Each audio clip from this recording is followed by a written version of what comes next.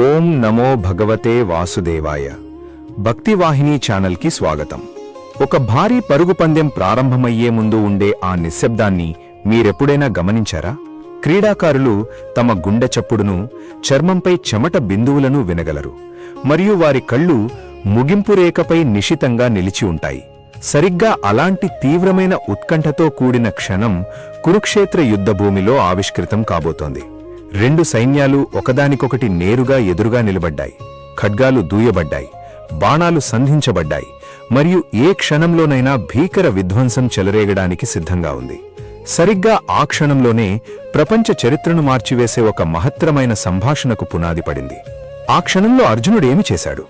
అతని రథంపై ఉన్న ఆ విశిష్ట చిహ్నం అతనికి ఎలాంటి శక్తిని ప్రసాదించింది? ఈరోజు మనం ఈ ఆసక్తికరమైన అంశాలను అన్వేషిద్దాం.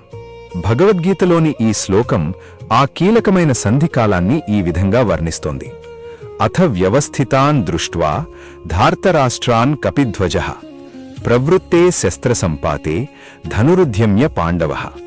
యుద్ధానికి సర్వం సిద్ధమయ్యి ఆయుధ ప్రయోగం ఆసన్నమైన తరుణంలో హనుమంతుని చిత్రం తన రథ పతాకాన్ని ధరించిన అర్జునుడు సిద్ధంగా ఉన్న కౌరవ సైన్యాన్ని పరిశీలించి తన గాంధీవ ధనుస్సును ఎక్కుపెట్టి శ్రీకృష్ణునితో కొన్ని మాటలు మాట్లాడటానికి సిద్ధపడ్డాడు.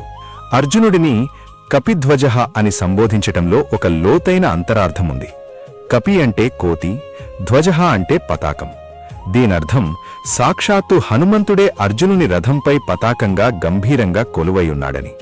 రామాయణంలో రాముడికి విజయాన్నందించిన ఆ మహావీరుడు ఇప్పుడు శ్రీకృష్ణుని మార్గదర్శకత్వంలో ఉన్న అర్జునుడికి సహాయం చేస్తున్నాడు. ఈ శ్లోకం మనకు నేర్పే ఒక అసాధారణమైన పాఠం సంసిద్ధత. శత్రువుల అపారమైన బలంతో గాని యుద్ధం ఎంత భయంకరంగా అనిపించినా అర్జునుడు నిర్భయంగా తన ధనుస్సును ఎక్కుపెట్టాడు.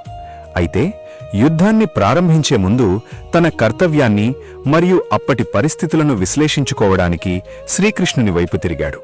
మన జీవితాల్లో కూడా ఏ ముఖ్యమైన కార్యాన్ని ప్రారంభించే ముందు మనం ఆవేశంతో కాకుండా ఆలోచించి ముందడుగు వేయాలి. శ్రీకృష్ణుని వంటి సలహాదారుడు, హనుమంతుని వంటి బలం మీ రథానికి అంటే మీ జీవితానికి మద్దతుగా ఉన్నప్పుడు ఎదుటి శక్తి ఎంత అజేయంగా కనిపించినా విజయం ఖాయం. అర్జునుడు విల్లు పైకెత్తడం కేవలం రాబోయే యుద్ధానికి మాత్రమే సంకేతం కాదు, అది తన బాధ్యతను స్వీకరించడానికి అతని సంసిద్ధతను సూచిస్తోంది. దీనిని నిజ జీవితానికి అన్వయించుకుంటే మీ వృత్తి జీవితంలో, అది కార్యాలయంలో అయినా పరీక్షల సమయంలో అయినా మీరు అడ్డంకులను ఎదుర్కొన్నప్పుడు మీరు కూడా కపిధ్వజ అర్జునుణ్ణి ఆదర్శంగా తీసుకోవాలి. మీ లక్ష్యం పట్ల మీకు స్పష్టత, మీ సామర్థ్యాలపై విశ్వాసముండాలి. అర్జునుడి రథంపై హనుమంతుని ఉనికి మేధస్సు, బలం మరియు భక్తి యొక్క ఏకీకరణను సూచిస్తుంది. మీరు మీ పనులను భక్తి మరియు తెలివితేటలతో ఎదుర్కొన్నప్పుడు విజయం తప్పకుండా వస్తుంది. ఆయుధాలు ప్రయోగించడానికి సిద్ధంగా ఉన్నప్పుడు అర్జునుడు మౌనం పాటించి శ్రీకృష్ణుని సలహా కోరడం అతని వినయాన్ని తెలియజేస్తుంది. మనకు ఎన్ని శక్తులున్నా సరైన మార్గదర్శకత్వం లేకుండా అవి నిరుపయోగంగా మారతాయి. ముగింపుగా ఇది గుర్తుంచుకోండి: విజేతలు చివరి క్షణం వరకు తమ ఏకాగ్రతను కోల్పోరు. అర్జునుడిలాగే మీ గాంధీవం అంటే మీ విశిష్ట ప్రతిభను సిద్ధం చేసుకోండి. మీకు అండగా ఉన్న దైవశక్తిపై నమ్మకముంచండి. ఈ వీడియో మీకు స్ఫూర్తినిచ్చినట్లయితే ప్లీజ్ లైక్ చేసి మీ స్నేహితులతో షేర్ చేసుకోండి.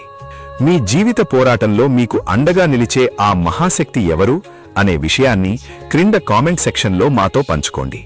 మనల్ని మనం ఎలా శుద్ధి చేసుకోవాలో, సంక్షోభ సమయంలో కూడా స్థిరంగా ఎలా నిలబడాలో బోధించే భగవద్గీతలోని మరిన్ని రహస్యాల కోసం ఇప్పుడే మా ఛానల్కు సబ్స్క్రైబ్ చేసుకోండి. ధైర్యంగా ముందుకు సాగండి, విజయం సాధించండి. హరే కృష్ణ. ధన్యవాదాలు.